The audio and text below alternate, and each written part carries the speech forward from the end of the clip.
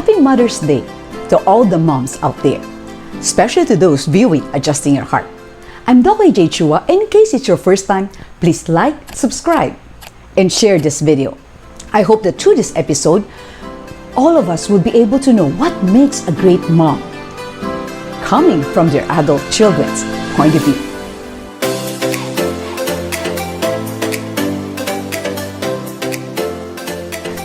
First is Mrs. Sofia Dy Wei, the mother of my sister-in-law, Ors. She's a retired teacher, and before she taught at St. Stephen's High School. And according to Ors, her mom's 3 positive traits would be hardworking, caring, and responsible. And for her unforgettable memories, she said her mom came all the way to Taiwan just to take care of her and her newborn baby. If you see this picture, then you would see that those 2 newborn babies are now teenagers, JJ and OJ. And in the picture is also my brother Jerry and also her eldest sister, Joanne, and Joanne's husband, David. Her other sister, Michelle, is residing in Toronto, while her third elder sister, Janice, is in Manila. And she said that whenever her mom visits them in Taiwan, she would always cook healthy and nutritious meals for them. And I could attest to that because Auntie Sofia has also cooked for me, Hans, and my parents. So thank you, Auntie Sofia. Next in line, we have Mrs. Lily Chua Dy. She is now 82, and she is also a retired teacher, this time from Chiang Kai-shek College. She's the mom of my high school friend, Christina D. Lim Hea. Tina describes her mom as somebody who's selfless and undemanding. She doesn't want to bother anyone or burden them, whether it's Tina or her younger sister, Kathy, or even the helper. She's also very good-tempered. She's soft-spoken and rarely gets angry. She's very simple and frugal. She never asks for very expensive things. And she's also a saver, and she doesn't waste things. As for her unforgettable memories, she said that when her mom was younger and able to do so, she'd prepare breakfast and dinner for Tina every day, though Tina was already in her 40s. And before Tina got married, her mom was her roommate and also trouble buddy. Her mom served as her alarm clock whenever they trouble. And Tina said she will always treasure these bonding moments together. And from the picture, you now can see her husband, Abet, and stepson, Aldrich, joining her to create more memories with her mom. Next, we have Mrs. Ngo Lia Tan, who's now 86. She was the mom of my college friend, Hannah Tan Yu. Her mom served as the preschool supervisor at St. Stephen's High School until she retired in her 70s.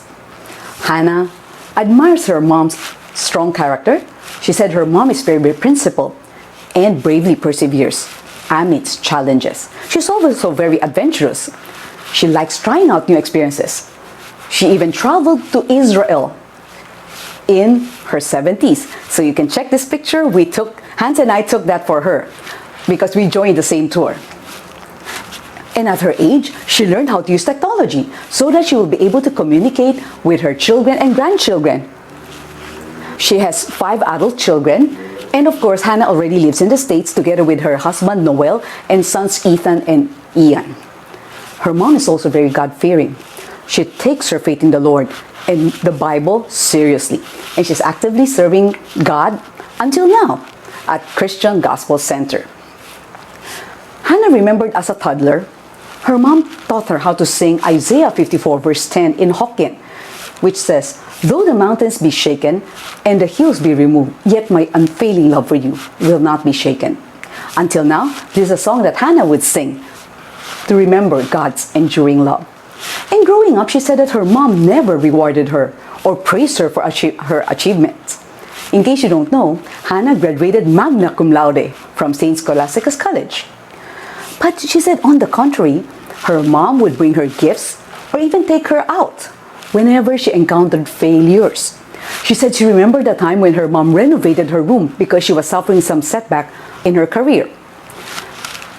Eventually, her mom explained to her why she does these things.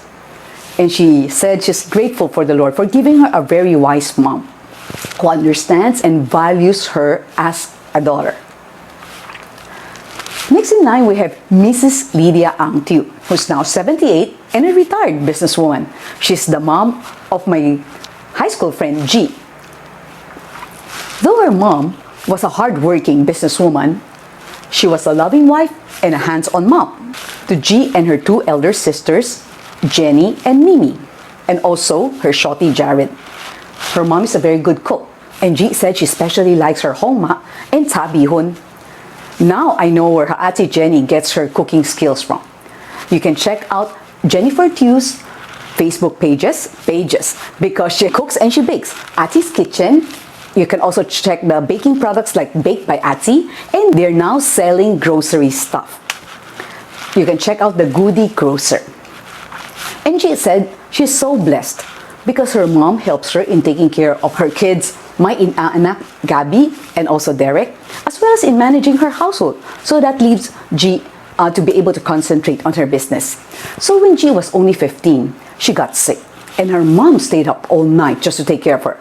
She wisely took G to the doctor the following morning. Good thing, because it turned out that G had an appendicitis and needed an immediate operation. And 2 years ago, G encountered a very big family problem. Her mom told her to be strong and that as long as she is still alive, she will help her. So her mom started taking good care of herself because she said that she can't diet because G needs her now more than ever. And of course, now I would like to give tribute to my own mom, Mrs. Juanita Ong, who's now 77.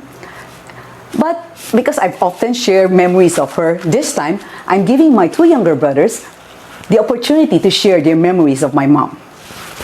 The first would be Jerry. When Jerry was a young boy, he would like to hug my mom before going to sleep.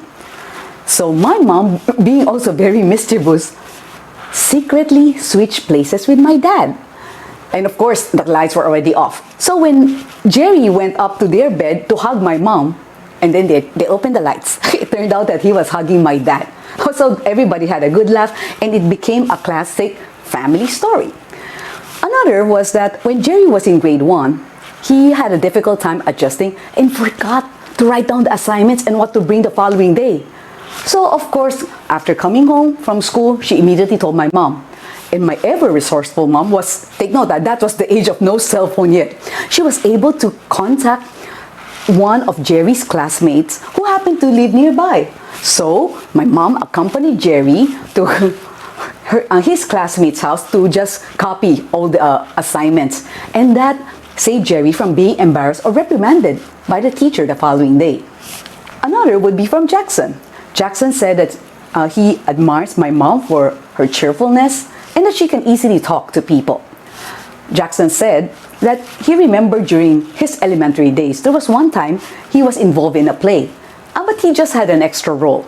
Yet he invited my mom, and he said that he was very touched that my mom went because my mom was very busy with the household chores and also tending our school supplies business. Next would be my late mother-in-law, Mrs. Florentina Cruz Chua. She died at the age of 75 last 2010. My elegant mother-in-law, look at the pictures, joined the Santa Cruzan, and Hans served as his escort. Hans remembered his mom's resilience and entrepreneurial spirit because she started a small business after his dad suffered a stroke. And she'd also prepare breakfast every day for Hans. I think that's the perks of being the youngest of 7. He had 6 older siblings.